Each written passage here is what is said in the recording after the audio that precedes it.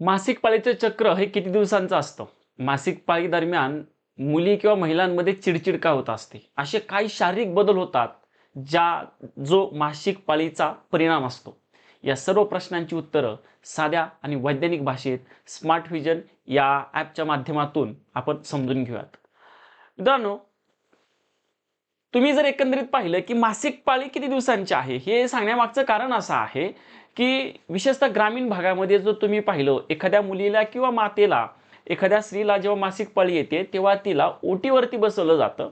म्हणजे मुख्य घरामध्ये तिला प्रवेश दिला जात नाही आणि साधारणतः 4 दिवसानंतर अंघोळ केल्यानंतर त्या मुलीला जिला मासिक पाळी आली होती, अशा महिलेला मुख्य घरामध्ये प्रवेश दिला जातो. याचा अर्थ ही 4 दिवसाची मासिक पाळी आहे का? तर असं अजिबात होत नाही. मासिक पाळी जी आहे ती नक्की किती दिवसांची असते?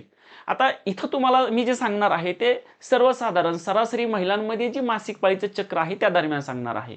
हे चक्र काही महिलांमध्ये कमी दिवसाचे किंवा काही महिलांमध्ये जास्त दिवसाचं सुद्धा असू शकतं.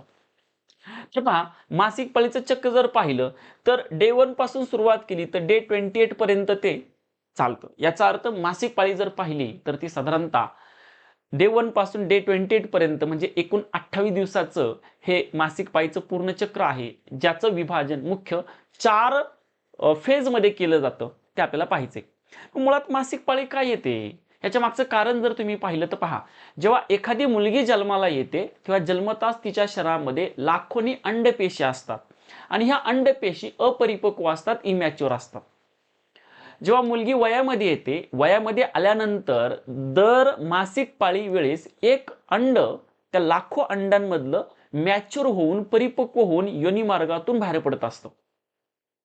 जर त्या अंड्याचा पुरुषाच्या शुक्राणूसोबत संबंध आला तर म्हणजे गर्भ निर्माण होऊन पुढे बालकाचा जन्म होऊ शकतो. मात्र जेव्हा ह्या परिपक्व अंड बीज आहे त्याचा शुक्राणूसोबत संबंध येत नाहीत, तेव्हा त्या अंड्याच्या भोवती जे काही आवरण असतं ते फुटतं आणि त्यानंतर काही दिवसांनी हे अंड योनिमार्गातून बाहेर पडतं, ज्याला आपण मासिक पाळी असं संबोधतो. ह्या मासिक पाळीच्या जर तुम्ही एकंदरीत पायऱ्या बघितल्या तर 4 पायऱ्या आहेत. त्यातली पहिली पायरी आहे मेन्स्ट्रुअल फेज म्हटलं जातं, त्याला ब्लीडिंग फेज पण म्हणतात. ही जी पायरी आहे ही 4 दिवसांची अशी पकडली जाते. तर बघा, हे सरासरी आहे. तुम्ही 1 ते 5 किंवा 1 ते 7 दिवसांचं पण हे चक्र पकडलं जातं. या पायरी दरम्यान साधारणतः योनी मार्गातून 30 ते 35 ml रक्तस्राव होत असतो आणि ज्याचा एकंदरीत परिणाम जी महिला आहे किंवा जी मुलगी आहे तिच्यामध्ये थकवा येणे, सॅडनेस यासारख्या म्हणजे उदासीनतेच्या समस्या या मेन्स्ट्रुअल फेजमध्ये दिसून येतात. तर दुसरी जी फेज आहे फॉलिक्युलर फेज आहे, या फेजमध्ये इस्ट्रोजन नावाचं संप्रेरक जे आहे त्याचं प्रमाण वाढतं, परिणामी मूड सुधारतो, एनर्जेटिक असल्यासारखं वाटतं. ती जी फेज आहे ती फॉलिक्युलर फेज आहे. आणि या फेजमध्ये एक्झॅक्टली काय होतं तर जो अंडविसर्ग होणार आहे पुढच्या फेजमध्ये त्यासाठी इथं अंडविसर्गासाठी निर्माण किंवा प्रवृत्त केलं जातं. आणि ही जी तिसरी फेज आहे याला ओव्ह्युलेटरी फेज म्हणतात, ओव्ह्युलेशन म्हणतात. अंडविसर्ग ही फेज आहे 13व्या किंवा 14व्या दिवशी, सरासरी 14व्या दिवशी ही घडते. म्हणजे स्त्रीच्या योनी मार्गातून काय होतं, एक अंड बाहेर पडतं. याच्या मागचं कारण आहे इस्ट्रोजनचं प्रमाण जे आहे ते प्रचंड प्रमाणात असं वाढतं, बरोबर, आणि त्याचा एकंदरीत परिणाम स्त्रीच्या योनी मार्गातून अंडविसर्ग होतो. आणि ही शेवटची फेज आहे लुटेल फेज, ही साधारणतः 15 दिवसापासून सुरू होते, ती 28व्या दिवशी काय होते, संपते.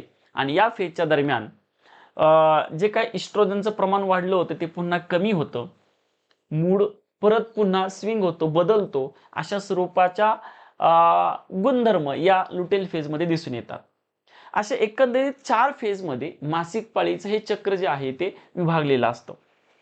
त्या मासिक पाळीच्या दरम्यान जर तुम्ही पाहिलं ह्या संपर्कांचं प्रमाण कमी जास्त होतं, याचा परिणाम त्या महिलांच्या किंवा मुलीच्या शरीरामध्ये दिसून येतात. मग काय परिणाम आहेत तर खूप साऱ्या महिलांमध्ये जर तुम्ही पाहिलं तर मूड बदलणे, म्हणजे आधी एकदम आताच आनंदी तर परत थोड्या वेळाने परत असं दुःखी असल्यासारखं, थकवा येणे हे एक सरासरी जर पाहिलं तर तुम्ही फटीग, चक्कर आल्यासारखं होतं, थकवा आल्यासारखा होतो. लॉवर